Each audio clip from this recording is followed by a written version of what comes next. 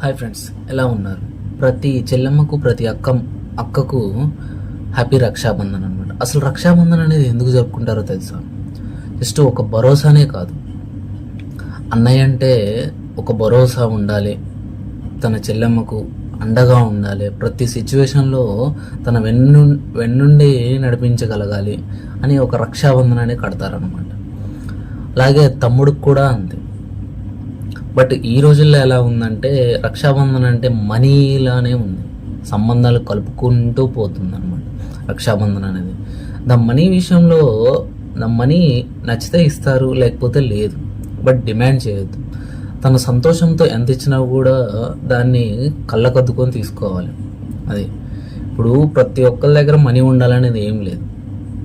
ఇప్పుడు అన్నయ్య ఎన్నో బాధల్లో ఉంటాడు, ఆ బాధలన్నీ అధిగమించుకొని నువ్వు రాఖీ కట్టినందుకు కూడా నీకు ఎంతో కొంత సంతోషంతో మనీ కానీ ఏదైనా గిఫ్ట్ కానీ ఇస్తూ ఉంటాడు.